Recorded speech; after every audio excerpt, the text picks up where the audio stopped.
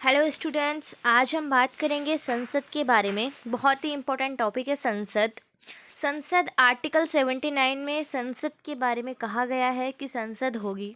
Article 80 के अंदर राज्यसभा के बारे में और आर्टिकल 81 में लोकसभा के बारे में बताया गया है।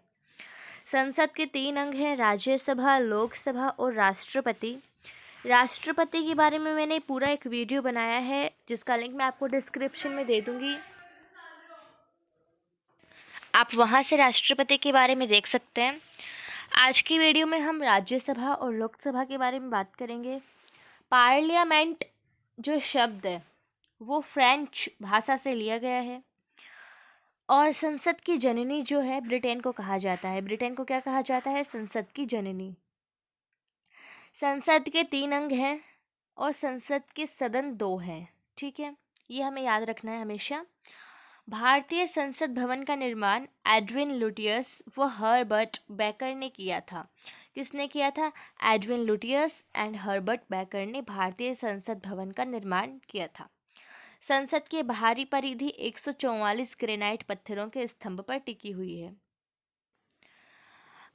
दोस्तों, आप इन हैंड रिटन नोट्स के लिए टेलीग्राम ग्रुप को ज्वाइन कर सकते हैं। टेलीग्राम ग्रुप का लिंक मैंने आपको डिस्क्रिप्शन में दिया है। वहाँ पर आपको और भी अलग अलग स्ट्रीम के ग्रेजुएशन में बीएससी के नोट्स भी मिल जाएंगे, बीए के नोट्स भी मिल जाएंगे। आप एक बार उसे विजिट कर सकते हैं। आगे स्टार्ट करते हैं। भारतीय संसद में भाषण देने वाले अमेरिकी राष्ट्रपति कौन कौन से थे? तो 1959 के अंदर डी आइज़नहोवर ने भारतीय संसद में भाषण दिया था। जिमी कार्टर ने 1978 में भाषण दिया था। बिल क्लिंटन ने 2000 में भाषण दिया था। बराक ओबामा ने 2010 में भारतीय संसद में भाषण दिया था। ये ऐसे राष्ट्रपति हैं अमेरिका के जिन्होंने भारतीय संसद में स्पीच दिया था, भाषण दिया था। आगे देखते हैं संसद के सत्र। बजट सत्र जो है वो फरवरी से मई में होता है। मानसून सत्र जुलाई से सितंबर में होता है। शीतकालीन सत्र नवंबर से दिसंबर में होता है। अब लोकसभा और राज्यसभा के बारे में थोड़ा देखते हैं। लोकसभा को निम्न सदन भी कहा जाता है और राज्यसभा को उच्च सदन कहते हैं। लोकसभा जो है वो हाउस ऑफ पीपल, जनता का सदन है, और जो राज्यसभा है वो काउंसिल ऑफ स्टेट्स, चर्चित लोगों का सदन है। लोकसभा को प्रथम सदन कहते हैं, राज्यसभा को द्वितीय सदन कहते हैं। लोकसभा अस्थायी है, राज्यसभा स्थायी सदन है।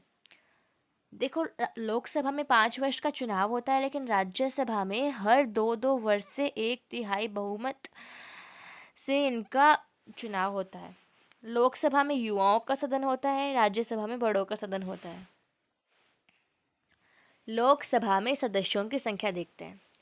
यहाँ समझना है हमें अच्छे से। लोकसभा के अंदर अधिकतम 552 सदस्य हो सकते हैं।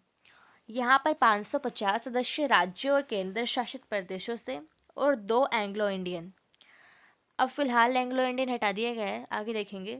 550 सदस्य जो राज्यों और केंद्र शासित प्रदेशों से लिए जाते हैं, उनमें से 530 राज्यों से और 20 केंद्र शासित प्रदेशों से लिए जाते हैं। लेकिन अब क्या किया गया है, संविधान संशोधन 104 के अंतर्गत एंग्लो इंडियन जो है उनका आरक्षण खत्म कर दिया गया है। इसलिए अधिकतम संख्या कितनी हो सकती है? 550। यही अधिकतम संख्या हो सकती है। अब वर्तमान सदस्यों की संख्या देखें तो यहाँ पर 543 वर्तमान में सदस्य हैं। यहाँ पर टोटल चुनाव जो है 545 होने थे, लेकिन 2 एंग्लो इंडियन को हटा दिया गया, तो 543 यहाँ पर वर्तमान में सदस्य हैं। अब जो 543 सदस्य हैं, आपको पता होगा फिलहाल 370 धारा जो है वो हटा दी गई है।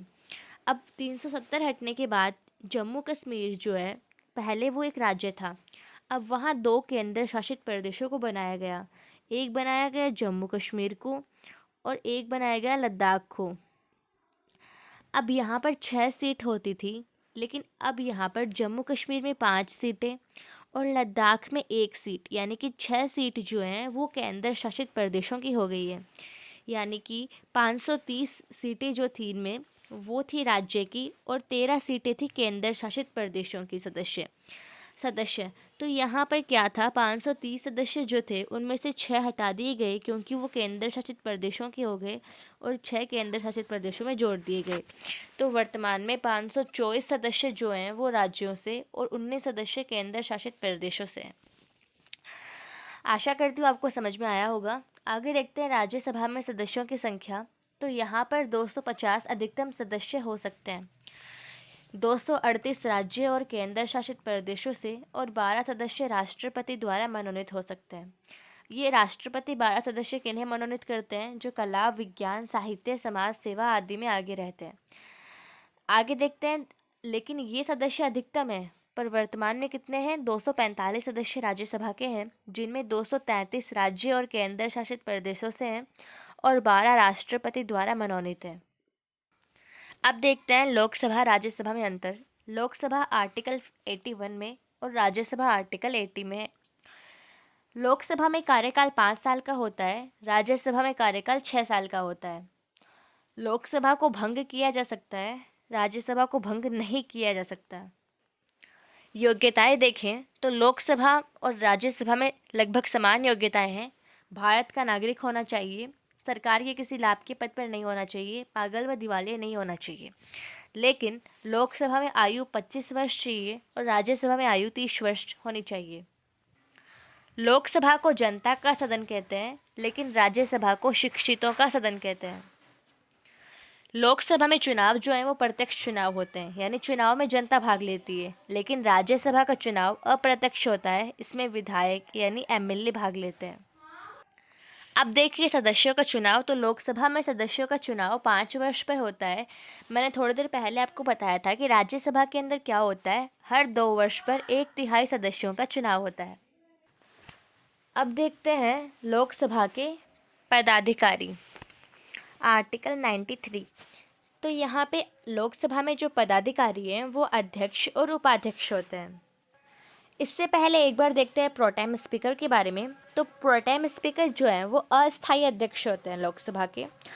प्रोटेम स्पीकर को राष्ट्रपति नियुक्त करते हैं और प्रोटेम स्पीकर को काम लोकसभा के नए सदस्यों को शपथ दिलाना है। क्या काम है प्रोटेम स्पीकर का? लोकसभा के सदस्यों को शपथ दिलाना, जो नए सदस्य होते हैं। वर्तमान में प्रोटेम स्पीकर कौन थे? भृतहरि महताब थे। अब देखते हैं अध्यक्ष या स्पीकर के बारे में। तो लोकसभा के अध्यक्ष का चुनाव लोकसभा के सदस्यों द्वारा किया जाता है। लोकसभा के अध्यक्ष के रूप में इन्हें अलग से शपथ नहीं लेना पड़ता। अध्यक्ष अपना त्यागपत्र उपाध्यक्ष को देते हैं। वर्तमान में लोकसभा के अध्यक्ष कौन है? ओम बिरला। अब देखते हैं लोकसभा अध्यक्ष के कार्य और अधिकार कौन कौन से उनके पास। तो लोकसभा के सभी कार्यों का सही रूप से संचालन करना और उन्हें नियंत्रण करना, ये इनका पहला कार्य है। लोकसभा का अध्यक्ष संयुक्त अधिवेशन की अध्यक्षता करता है। जब किसी विधेयक पर निर्णय ना निकल पा रहा तो लोकसभा का अध्यक्ष निर्णायक मत दे सकता है। धन विधेयक का निर्धारण लोकसभा अध्यक्ष करता है।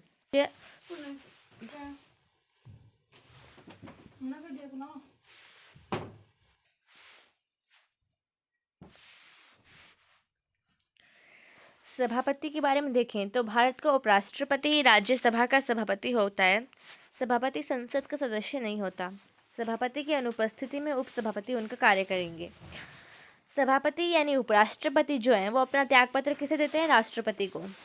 ये हमें ध्यान रखना है कि सभापति अपना त्यागपत्र राष्ट्रपति को देते हैं, उपराष्ट्रपति को मतलब उपसभापति को नहीं देते हैं। जैसे अध्यक्ष जो है वो उपाध्यक्ष को देते हैं ना, वैसे ही सभापति राष्ट्रपति को देते हैं, उपसभापति को नहीं देते हैं।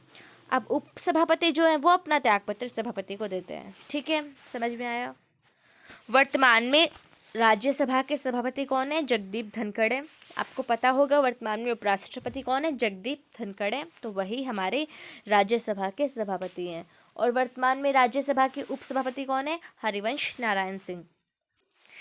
आपको वीडियो कैसी लगी आप कमेंट में ज़रूर बताइएगा। अगर आपको वीडियो अच्छी लगी तो आप चैनल को लाइक कीजिए, चैनल को सब्सक्राइब कीजिए, वीडियो को लाइक कीजिए। और किस तरह की वीडियो चाहिए इसके लिए आप मुझे कमेंट कर सकते हैं। हैंड रिटन नोट्स के लिए आप मेरे टेलीग्राम ग्रुप को ज्वाइन कर सकते हैं। टेलीग्राम ग्रुप की लिंक मैं आपको डिस्क्रिप्शन में दे दूँगी।